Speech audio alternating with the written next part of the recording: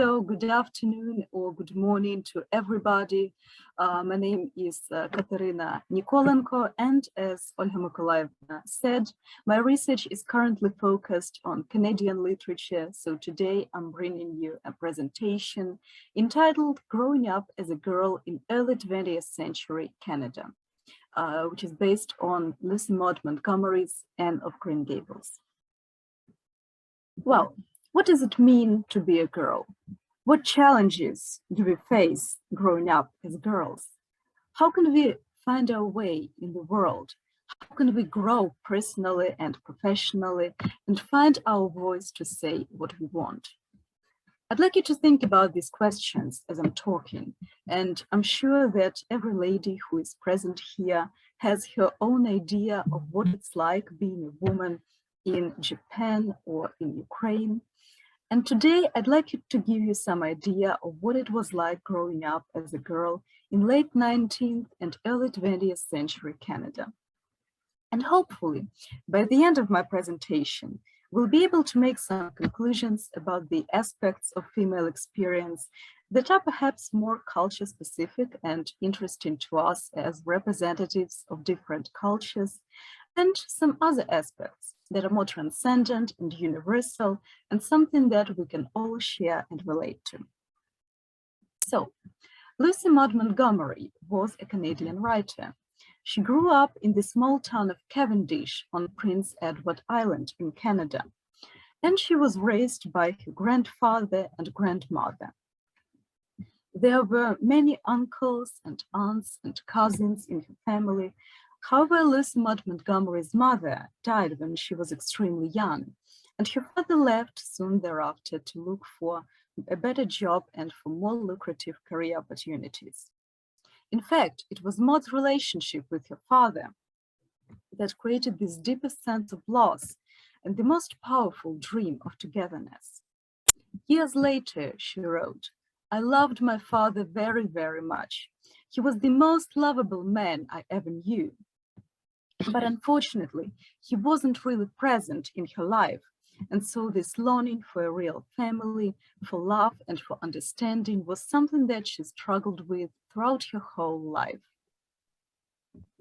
Katya, sorry, we cannot see your slides.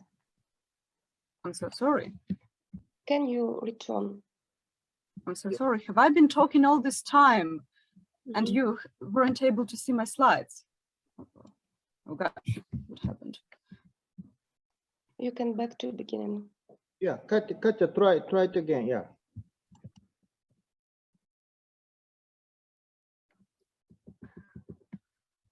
Okay, can you see it now? Yeah, but the first slide, it is the first slide you are showing. Yes, so this is the first slide. Yeah, okay. Okay, so I'll just quickly recap. So here you can see Lucy Maud Montgomery when she was young. She was born in Cavendish. As I said, it's a little town located in Prince Edward Island in Canada. So you can see it's right about here, right near Charlottetown. Sorry, Katya, you are. I think you are showing only the first slide. Please show the next slide as you talk. Yeah. What is going on with the presentation today? I don't know. It's not only today, because I also have faced such issues. It's something with PowerPoint now. It just shows the first slide and it doesn't move on. And though you see that you move them, but for the rest, it looks like the first slide is only showing.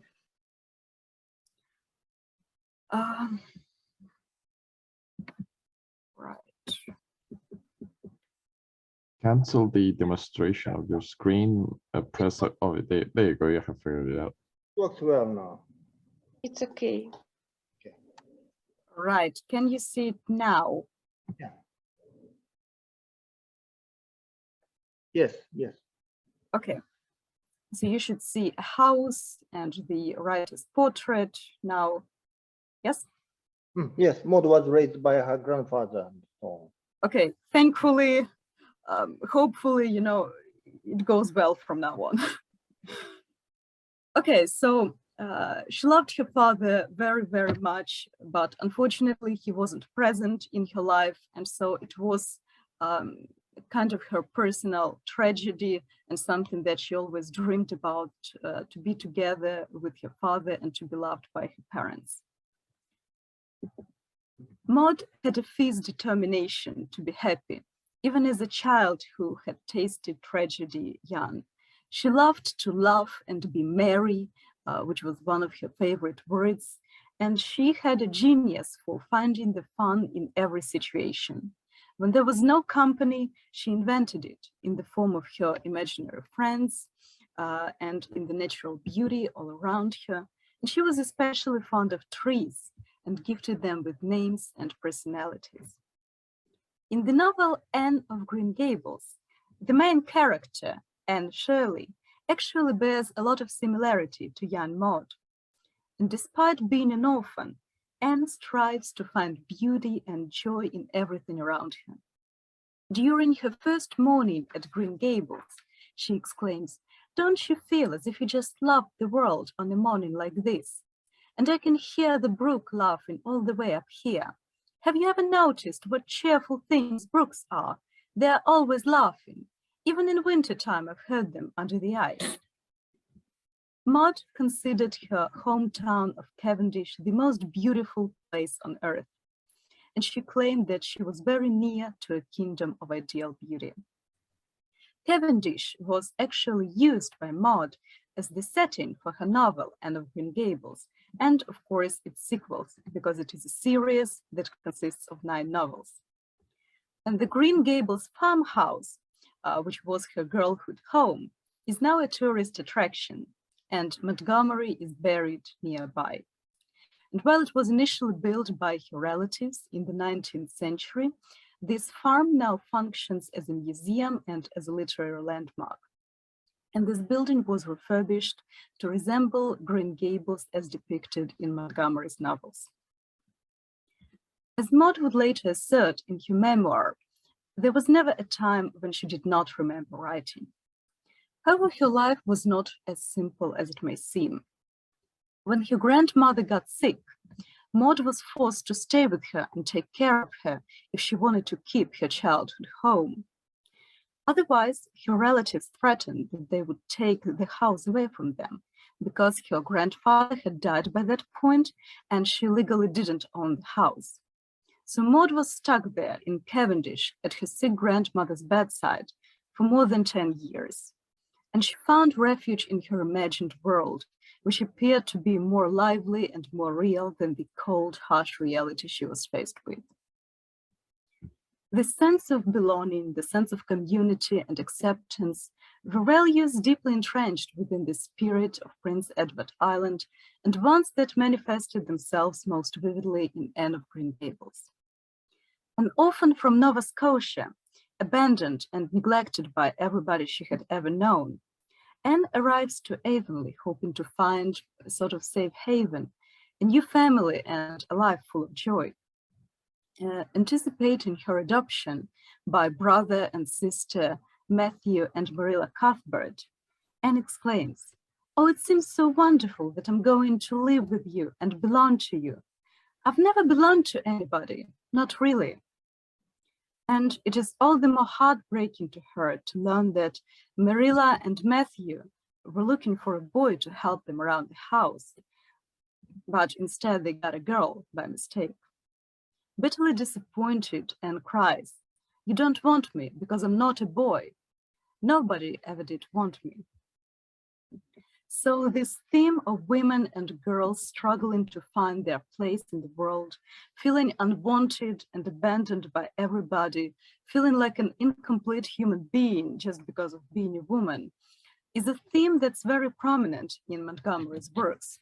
And it's something that Anne has to deal with very early on. Not only is she a girl who has to occupy space intended for a boy, but she is also an outsider, a cultural code breaker, a creative individual who is markedly different in her way of thinking from the majority of people in Avonlea. Anne, like Maud, wanted to be valued in spite of the fact that she was a girl. She does find ways, however, to rejoice and to adapt and to enjoy every aspect of her life naively. By highlighting the importance of friendship, literature, culture, school, various community activities in the life of a young girl, Montgomery asserts that there will always be something worth cherishing and something worth putting your mind toward. Anne organizes a story club with her friends. She performs at concerts, and she's generally portrayed as a very hardworking and as a remarkable student. Of course, her ambition is partially fueled by her desire to upstage her school enemy, Gilbert Blythe, but this academic rivalry is actually a positive thing because it's something that pushes Anne to be better and to achieve better results.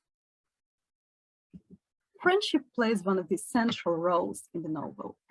Looking to connect with people who would understand her, Anne finds herself on the constant lookout for kindred spirits, of which there are few, but it is exactly those treasured few people that play the biggest role in Anne's development and individual as a friend and as a writer and as a woman, as a girl, as an independent person. So kindred spirit means a soulmate, essentially. Contrary to many popular sentimental novels of the time, the heroine's life is not centered around romance. And while she is fascinated by poetry and strives to create her own stories of love, life, and death, marriage is not the end goal here. In fact, by rejecting the probability of marriage at the very beginning of the novel, Anne metaphorically frees herself from the confines of a typical sentimental novel, and from there on out, she is free to do as she pleases.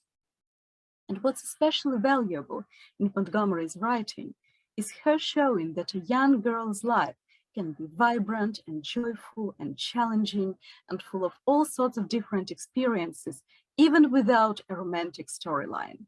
However, it can be filled with friendship, creativity, hobbies, and adventures. Mary Henley Rubio notes that Montgomery's story extends beyond the impact of her books.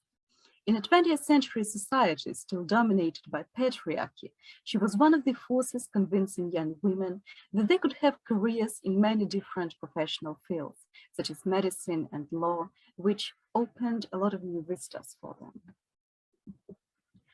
After winning a prestigious university scholarship, however, Anne decides to reject it and stay with Marilla at Green Gables instead. Seeing as her caretaker has grown old and weak after Matthew's death, Anne realizes that Marilla needs her help now more than ever, and that she is inevitably going to feel lonely in a big old house if Anne decides to leave.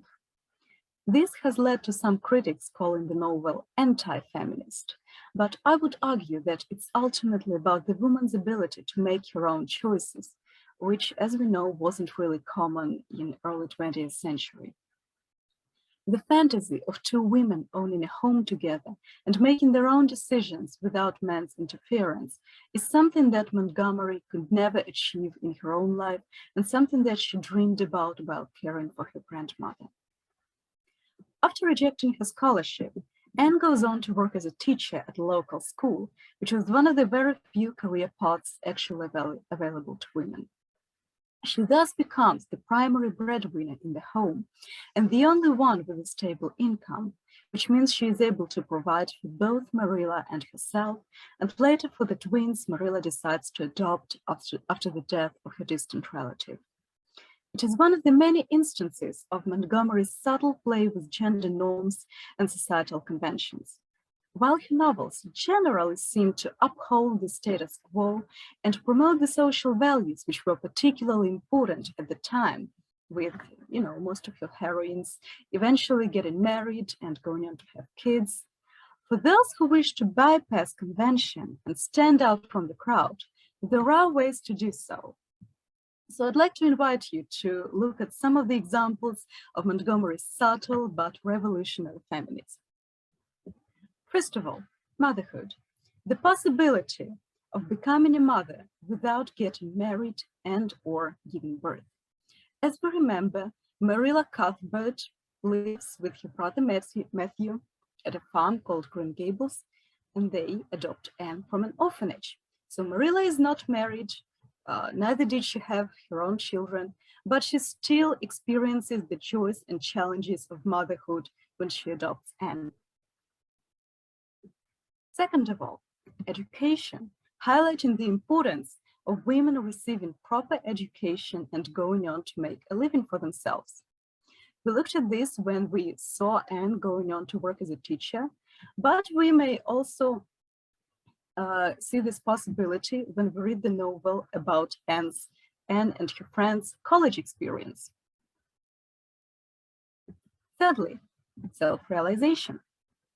An interesting aspect that Montgomery pays attention to is the possibility for a woman to leave her job and to pursue her dreams. One of Anne's colleagues at school, by the name of Catherine Brooke, actually confides in her and verbalizes her struggle with her job. So the backstory here is that Catherine was in a lot of debt because one of her relatives paid for her education, and she had to work as hard as she could to pay off this debt. And she tells Anne, you know, the truth is I hate teaching and there's nothing else I can do. I want to travel. It's the one thing I've always longed for. I want to see the Southern Cross and the Taj Mahal and the Pillars of Karnak. I want to know and not just believe that the world is round. And so eventually there is a happy ending for her, and when she does pay off her debt, she does go on to travel the world. And the fourth aspect, not the last one, of course, but the last one for this presentation, concerns the living situation of women.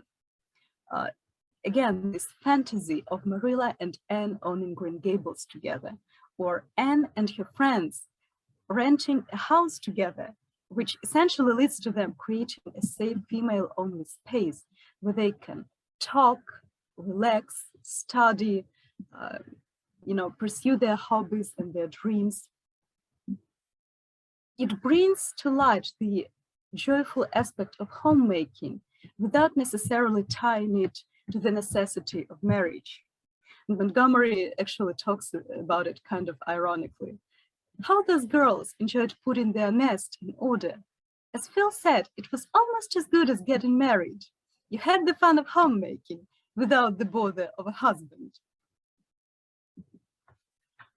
So in her novels, Montgomery essentially provided reassurance and support for women wishing to follow their dreams, which was done very subtly, again, but it still sent a message. And I feel like it is one of the reasons that her books remain popular to this day. When visiting Cavendish in 2019, Princess Takamado of Japan said that Canada and Japan are kindred spirits. And as we may remember, kindred spirits essentially means very close friends, soulmates. She said that the novels of Miss Montgomery have managed to capture the imagination of so many people around the world. And Anne of Green Gables has continued to give hope and encouragement to many. To honor this occasion, the princess celebrated the official opening of Montgomery Park and a new statue dedicated to Lucy Maud Montgomery. And I'm actually going to show you this statue. Lucy Maud Montgomery really loved cats, and she had them in every house she inhabited. And despite the fact that her grandmother didn't really allow her to have cats in her room when she was young, once Maud was grown up and she was married and she had her own home, she got a cat and she basically allowed her cat to go everywhere she went. So I think it's just a really cute, a really sweet little touch that the artist decided to include it. In conclusion, Montgomery's works continue to be powerful examples of women's writing in early 20th century Canada, providing encouragement and inspiration for girls and women all over the world. While Anne of Green Gables may appear to be a relatively traditional coming-of-age story, the author's subtle play with gender norms and social conventions allowed her to introduce contemporary and progressive ideas directly related to women's emancipation. It was done quite subtly, but it's still there for those who are able and willing to decode it. I think it makes it all the more interesting to us as researchers who want to decipher these subtle messages. I'd like to thank you for your attention and for your patience. Thank you so much. And if you have any questions, I'll be happy to answer them.